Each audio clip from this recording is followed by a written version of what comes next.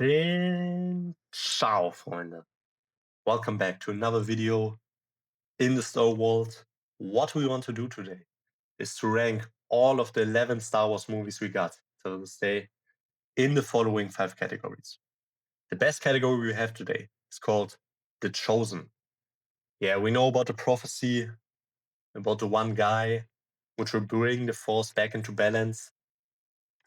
And what the movies we will rank in this category did is essentially that they brought the cinema, the Star Wars fan community back into balance because they were simply just very good movies. The second best category, Oak approved. Yeah, we know if Captain Oak says something is good, it doesn't necessarily mean that it's the best you've ever seen, but it means that it's at least an 80 out of 100. It's a good movie at least, and yeah, that's our second best category. The mid category, Factoid quality. If you don't know, the Factoid company was the company which created most of the droids for the Separatists' army in the Clone Wars. And yeah, what we know about the droids, they served as a very good army. The Separatists were able to control a very large amount of the galaxy with them. But we know they had also very major weaknesses, and that's why they lost at the end of the day and were able to just get turned off. Then the second worst category we called Stormtrooper aim. Yeah, about the Stormtroopers, we know they have very bad aim. They're not able to kill somebody if they need to. Yeah. But as an army, they were important for the Empire. Very important for them to control a big amount of the galaxy. And so they had their purpose, but when it comes to skill wise, and what they in skill wise in fighting and shooting, they were not that good. And the worst category we have today, Ray who? Ray Skywalker. Yeah, probably one of the worst sentences ever dropped in science fiction cinema. And yeah, if we rank a movie there, I think it will only be one.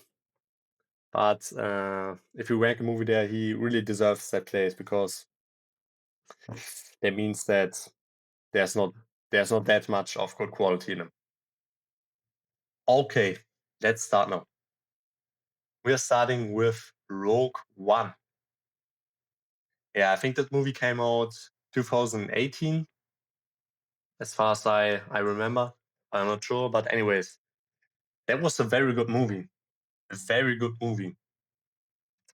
I thought before the movie came out, I thought, man, do we really need an explanation for how the Alliance got the Death Star plans? I mean, it's essentially the starting text of episode 4. So do we really need to have this turned into a movie? But when we got the movie, then it was very good. It was very entertaining, actually very emotional. Visually good, audiovisually very good, had great characters. And yeah, without this movie, we would also not have gotten Andor, the series, which is also very good. So yeah, I think that movie was a hit, but I think we can't rank it in the chosen category just because it's a side movie, so it's not part of a major trilogy. But I think Oak approved, it deserves that rating pretty much. And the next movie we have The Last Jedi. This one, that's the only movie out of the sequels which was not basically a copy from the original trilogy. It has it had a lot of new ideas in it, but the thing is, a lot of the new ideas were not that good. Yeah, we don't like it. The whole Casino Planet sequence was very bad. Nobody wanted this to happen in Star Wars. Nobody wanted to see something like that. Um, but the movie was entertaining. I have to say, I don't remember the movie that much, which is not very good because typically a movie which is so gigantic and explosive like the Star Wars movies, you would think that you would remember everything out of it, and This is essentially the movie I remember the last. Yeah, but I think even though a lot of the new ideas in the movie were not that good, at least in my opinion, I think it's better to fail creatively than to just essentially bring uh, a mid-level copy out, which we got in the other two movies of the sequels. So I think we can't put that movie in the last category. I think Stormtrooper aim is fair, and I think it's very accurate because the ideas which were shot on the audience had not that much of a good aim. Nobody liked them, but at least the movie was creative. We have to give him that. So the other movie we have, the movie which came before, The Force Awakening. When that movie came out in the cinema, I actually really enjoyed it, and I think the movie would be as just one movie. It was promising. It was promising to give us a good trilogy, but in hindsight, I think it's just a copy of A New Hope. I think it has essentially the same type of characters. Rey is what Luke was in A New Hope. Kylo Ren is what Darth Vader was in A New Hope. And yeah, I think the movie does nothing better than A New Hope. Does essentially everything. It's just a all right copy of A New Hope, as I already said. But I think it was entertaining in the cinema, and just as a single movie, it would have been all right. So I think it would be fair to say to put it in Backtard quality, because the movie as a standalone would have been all right. So now we're coming to Solo as Star Wars story. Yeah, besides Rogue One, the other Star Wars movie outside of the three big trilogies. Um, but this one was not good. This one was nothing in comparison to Rogue One. The only thing which we can criticize is the visual and audiovisual quality.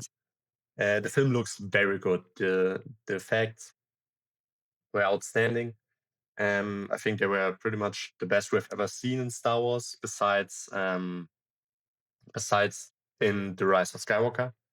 The effects were very good. The places like the coulisses, the sets, they were also very good. But the acting was pretty much not that great. Like Aaron Reich, who plays the young Han Solo, was not that fitting for the role, I think. I mean, from his looks wise, he was, but from the acting and how he presented the character, he was not that great. And also, the story was actually pretty much boring. And I think it's very hard to make a Star Wars movie boring. I mean, you have spaceships, you have alien monsters, you have big battles, and still the movie feels longer than it is. That's pretty hard to do. And I think this is probably the worst Star Wars movie I ever got. And yeah, I I don't know really. Can we really put it in the last category? I mean, if I say that it's the worst, I have to, but the facts are very good. But I think the movie deserves the worst category. So I think we have to put it here. Ray Skywalker, the first one we got. So now we're coming to the good ones. The Empire Strikes Back. Empire Strikes Back probably story-wise the best Star Wars movie we ever got. The whole plot was perfect. Has probably the most legendary scene out of 4 Star Wars in it, where Vader tells Luke that he is his father. Um, yeah, I think there's only one way we can go here. I think it's this movie really is the chosen. This is the chosen movie. There's nothing I have to criticize. The story is perfect. The character plays, The characters are portrayed well. The effects. I mean, the movie is very old nowadays. I think 1980 or 1979 where it came out. But for that time, the effects were outstanding, astonishing. They were nothing, nothing comparison at that time for the effects and the visual quality. And yeah, I think it's all around the perfect Star Wars movie.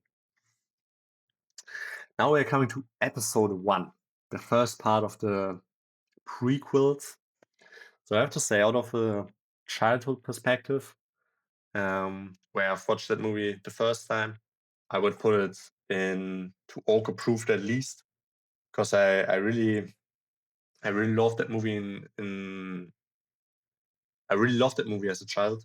But I think if I look today on it, I think the story has very big weaknesses. Some parts feel very slow, and like for example, the whole Tatooine part felt very long rewatching it. And yeah, there were a lot of unnecessary scenes, and also the focus was too much on the politics in the galaxy and on political intrigues, and like nothing. A lot of the things in the movie were not what we want to see in a Star Wars movie, but also the scenes where real Star Wars was portrayed, like in the end fight with Darth Maul, Kenobi, and Qui-Gon, or in the scenes at the beginning on the Separatist base. That was really good. Like the lightsaber fights in that movie were the best we've probably ever seen, from the choreography and also from the lightsaber effect. And yeah, the movie is introducing Anakin, the chosen one, to us. I think the display of the young Anakin gets criticized very often, but I think actually it was all right. It was not that bad as people make it out to be. So I think this one's fair to put in Bactoid quality. I think for Stormtrooper aim, I don't think it's as worse as The Last Jedi. I would like to put it between these two categories, but we don't have another category there, so I have to put it in the mid quality. From a childhood perspective, I would put it up here to Oka proof, but we have to be fair. I think Bactoid quality is all right for that movie. Now, A New Hope. A New Hope. The thing which everything started with. Yeah. Um, yeah, where do we put it? I think we can't put it anywhere outside of the upper two categories. Do I think it's as good as The Empire Strikes Back? No. I think the movie had some weaknesses in it. Like for example, if rewatch we watch it today, the lightsaber fight between Obi-Wan and Darth Vader is not that great, I think. I mean, that's not the fault of the production. They did everything which was possible with the old actor. Um, but I would like if we would substitute, for example, that lightsaber fight with a very good remake, which you can watch on YouTube, a remake of the lightsaber fight, which is stunning, which was very good. But back to the point is, some scenes in that movie feel, in nowadays perspective, a little old. And the movie has some weaknesses, but I mean, it started the whole franchise. And besides the weaknesses, it is a very entertaining movie. It is a very good introduction into the world. And after watching that movie, you want to see more. And I think we put it in Oak approved. Yeah, I think that's fair to say. Now, episode two.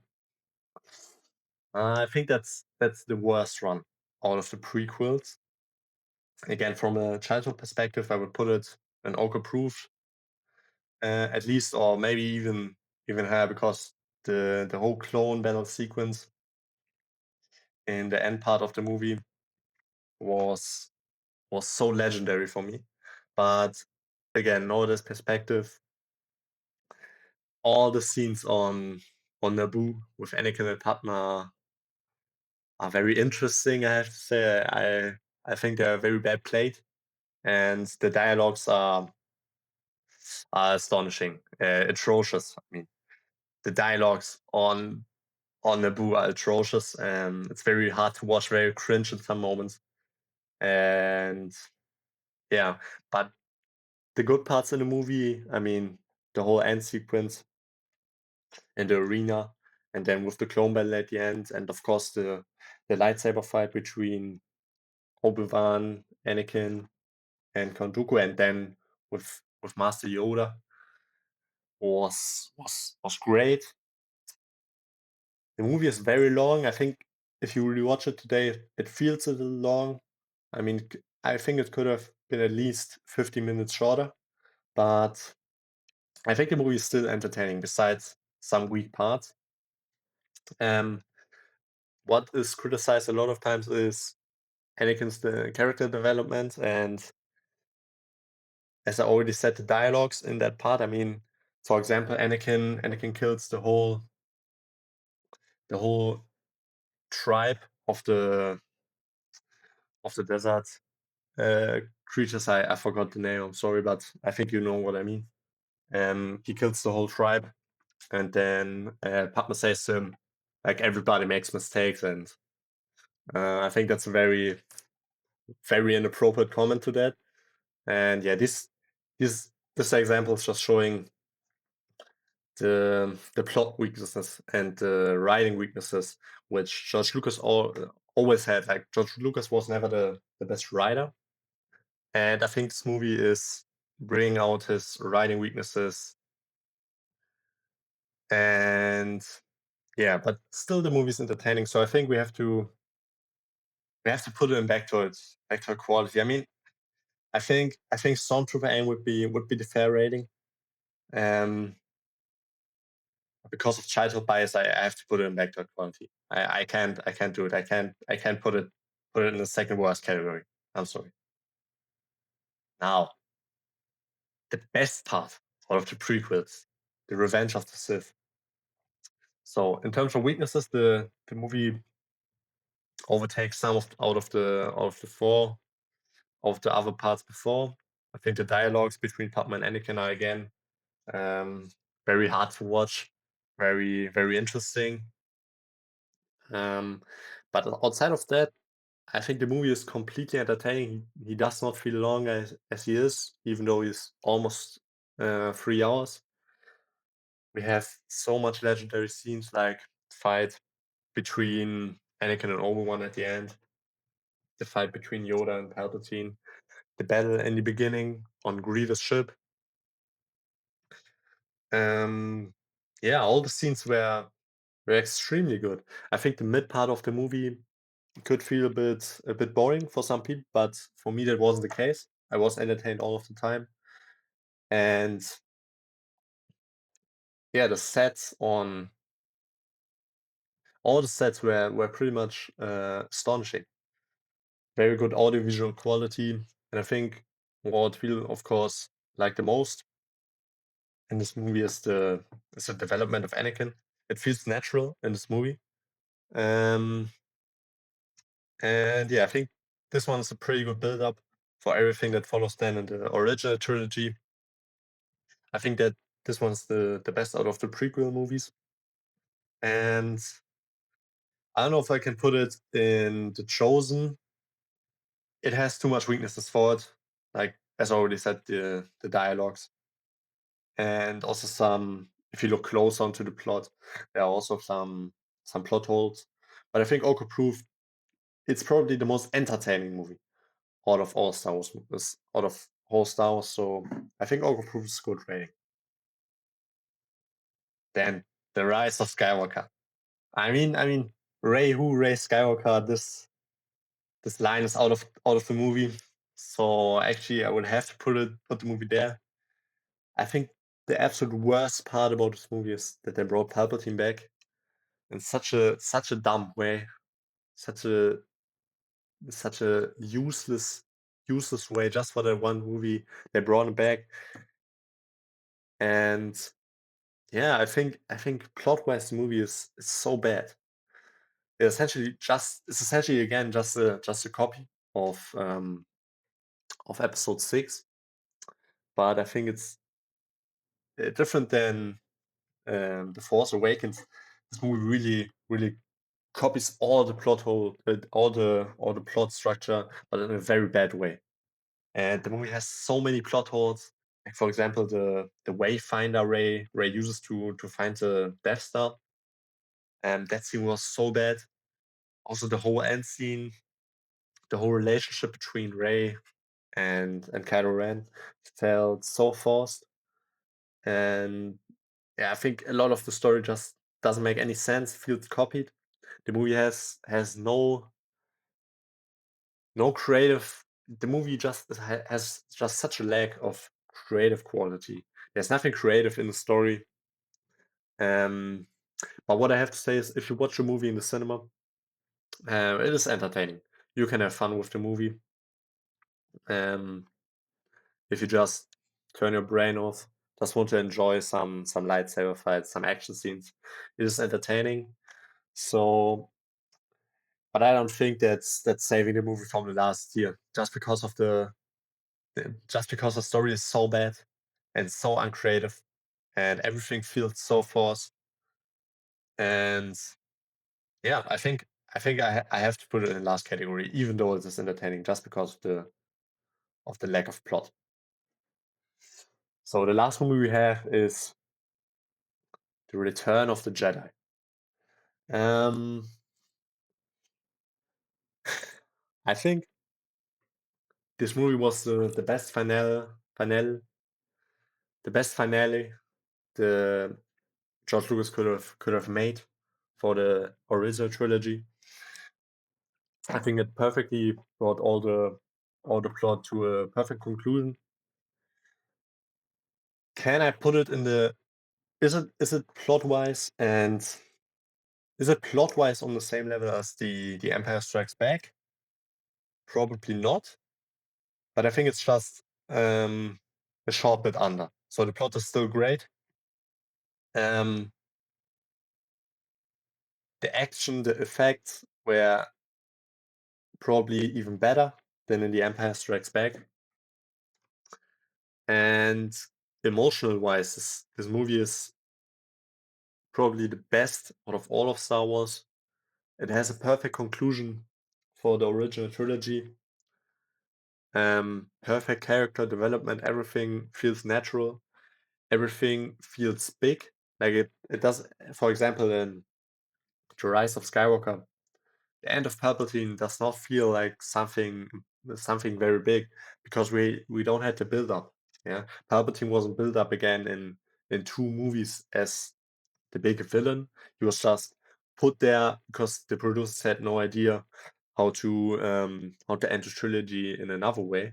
But in the original trilogy, Palpatine was, even though we don't saw him before, he was built up as the ultimate villain, the most the biggest danger in the whole galaxy over the course of three movies, and then that's why the finale in the Death Star feels in the throne room of Palpatine feels so powerful because we had the villain built up so well.